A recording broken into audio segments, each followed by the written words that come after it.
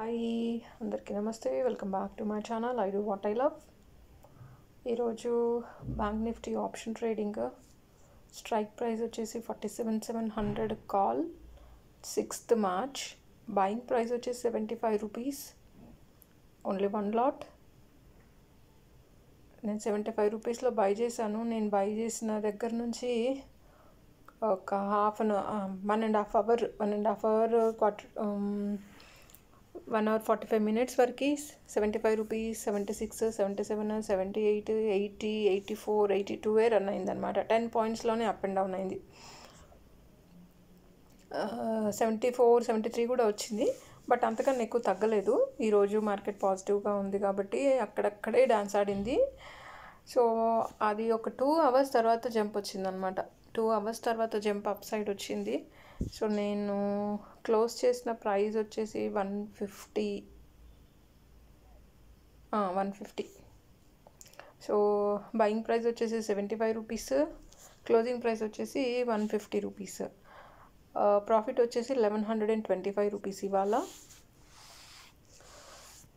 యాక్చువల్గా ఎక్కువ లాట్స్ వేద్దాం అనుకున్నాను, బట్ నేను తినగా కూర్చోలేదు. మార్కెట్ మీద కంటిన్యూస్గా వాచ్ చేస్తూ ఉండాలన్నమాట ఇలాంటి మార్కెట్స్లో, లేకపోతే మార్కెట్ పడిపోతుంది. ఫాస్ట్గా పడిపోయిందంటే మనం లాసెస్కి వచ్చేస్తాం. మళ్ళీ ఇన్ని రోజులు సంపాదించింది గోవింద అవుతుంది. అందుకని చెప్పేసి నేను లాట్స్ తీసుకుందాం అనుకొని బ్యాక్ స్టెప్ వేసాను, తీసుకోలేదు. ఇంకా మధ్యలో అలా చూస్తూ ఉన్నాను అనమాట. సో ఇంకా జంప్ రావడం స్టార్ట్ అయినప్పుడు నేను అప్పుడు వీడియో షూట్ చేశాను అనమాట. సో ప్రస్తుతానికి అయితే ప్రాఫిట్లోనే క్లోజ్ అయింది. ఇంకో ఛాన్స్ దొరికితే మళ్ళీ ఇంకో ట్రేడ్ చేయడానికి ట్రై చేస్తాను. అది కూడా మార్కెట్ పాజిటివ్లో ఉంటే ట్రేడ్ తీసుకొని ట్రై చేస్తాను చేయటానికి. అదర్వైజ్ చేయను ఇంకా. ఎందుకంటే ఓకే, ఈరోజు 1125 వచ్చింది కాబట్టి ఈరోజుకి ఓకేలే. ఇంకా ఎక్కువ కావాలంటే అది కూడా పోతుంది అనమాట. ఎక్కడ పడితే అక్కడ ఆర్డర్ పెడితే ఛాన్స్ దొరికింది అనుకుంటే మనం ఎంట్రీ తీసుకోవచ్చు. ఛాన్స్ దొరకలేదంటే ఎంట్రీ తీసుకోవడం కూడా వేస్ట్ అనమాట. ఎందుకంటే ఒక్కొక్కసారి మార్కెట్ టూ హైలో ఉన్నప్పుడు ఫ్యూచర్స్ రన్ అవుతాయి కానీ ఆప్షన్స్లో మూమెంటం ఉండదు. సో మూమెంటం ఉండనప్పుడు మనం బై చేయటం వేస్ట్ అనమాట. మళ్ళీ అక్కడే డాన్స్ చేయటం కానీ, లేకపోతే సడన్గా మార్నింగ్ నుంచి వన్ సైడ్ ఉంది మార్కెట్. సో సడన్గా ఒకవేళ ఫాల్ డౌన్ వచ్చిందే అనుకోండి, డౌన్ అయిందనుకోండి మార్కెట్, మనకి ఎక్కడ దొరకదు. ఇంకా ఒక రేంజ్లో పడిపోతుంది. ఎందుకంటే లాంగ్ డిస్టెన్స్లో నేను బై చేశాను కాబట్టి. సో పడిపోయిందంటే చేతికి దొరకదు. దానివల్ల క్లోజ్ చేసుకోవడం మంచిదని క్లోజ్ చేసేసాను. అండ్ ఇంకో లాట్ తీసుకుందాం అనుకొని వెయిట్ చేస్తూ ఉన్నాను అనమాట బై చేయటానికి. చూద్దాం మార్కెట్ ఛాన్స్ ఇస్తుందా లేదా అని చెప్పేసి. సో దయచేసి అందరికీ రిక్వెస్ట్ అండి, నేను చెప్పదలుచుకుంది ఏంటంటే యాజ్ యూజువల్ సేమ్, దయచేసి ఎవ్వరు కూడా డైరెక్ట్గా చేయడానికి ప్రయత్నించకండి. ఆప్షన్ ట్రేడింగ్ తెలుసుకొని చేయండి. తెలుసుకొని చేస్తే మీకు ప్రాఫిట్స్ అనమాట. మీరు తెలియకుండా చేశారనుకోండి, ఆర్డర్స్ ఎక్కడంటే అక్కడ పెట్టేసి 100లో, 50లో, 200లో, 90లో, 50లో అలా ఎక్కడంటే అక్కడ పెట్టేసేస్తే డబ్బులు పోతాయి. సో మార్కెట్ ఏంటి ఫస్ట్ ఆఫ్ ఆల్ అది తెలుసుకోవాలి. మీరు మార్కెట్ ఏంటి అనేది తెలుసుకుంటే మీరు ఎక్కడ బై చేయాలి, ఎక్కడ సేల్ చేయాలి, ఎక్కడ సేల్ చేస్తే ఎంత ప్రాఫిట్ వస్తుంది, అసలు ఈరోజు ప్రాఫిట్ వస్తుందా రాదా, లేకపోతే ఎగ్జిట్ అయిపోవాలా, లేకపోతే స్టాప్లెస్ వేయాలా అనేది ఇవన్నీ తెలుసుకోవాలి.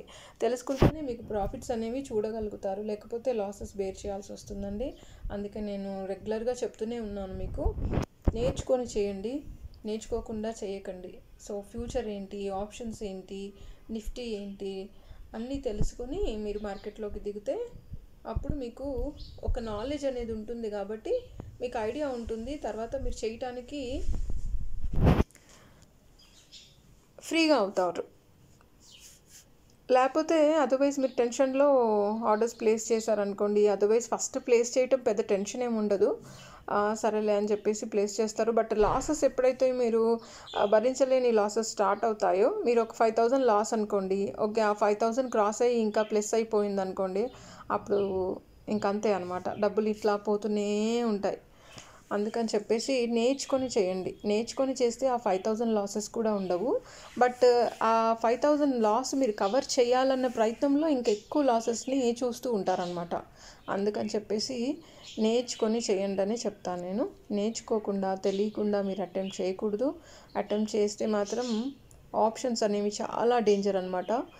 చూసారు కదా, డాన్సింగ్లో ఉన్నప్పుడు మార్కెట్ అక్కడక్కడే డాన్స్ చేస్తూ ఉంటుంది. మనం బై చేసిన ప్రైస్కి అప్ అండ్ డౌన్లో లైక్ 10 పాయింట్స్ 15 పాయింట్స్ అప్ కానీ డౌన్ కానీ, అది మార్కెట్ వన్ సైడ్ ఉంటే.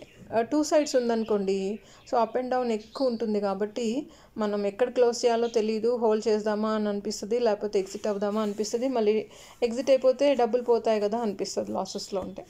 అందుకని చెప్పేసి జాగ్రత్తగా చూసుకొని తెలిసి చేస్తే మంచిదండి. సబ్స్క్రైబ్ చేయడం మర్చిపోకండి, లైక్ చేయండి, షేర్ చేయండి.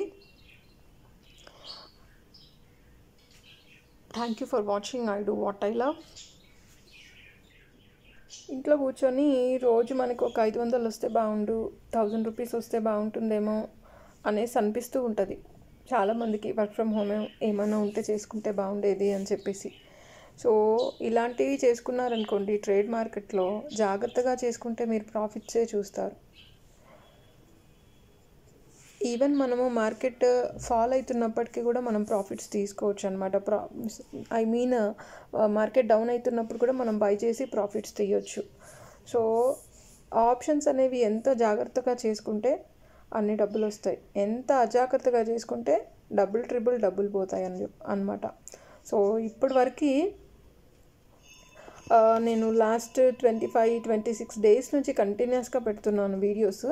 సో నాకు తెలిసి మేబీ 25,000, 23,000-24,000 అలా, మేబీ 25,000 ప్లస్ వచ్చిందొచ్చు నాకు. 25 డేస్ నుంచి కంటిన్యూస్గా పెడుతున్నాను కదా. మీరు స్క్రీన్ మీద చూపించిన ప్రాఫిట్స్ అన్నీ కూడా యాడ్ చేసుకుంటే 25,000 ప్లస్ కనిపిస్తుందని నేను అనుకుంటున్నాను. నేను కూడా చూడలేదు, సడన్గా షేర్ చేస్తున్నాను మీతోని. నెక్స్ట్ రీఎంట్రీ ఇంకో ట్రేడ్కి ఏమైనా ఛాన్స్ దొరికితే అది కూడా వీడియో తీసి మీకు చూపిస్తాను. Thank you. నేను క్లోజ్ చేసిన తర్వాత కూడా మార్కెట్ అప్ సైడ్ వచ్చింది.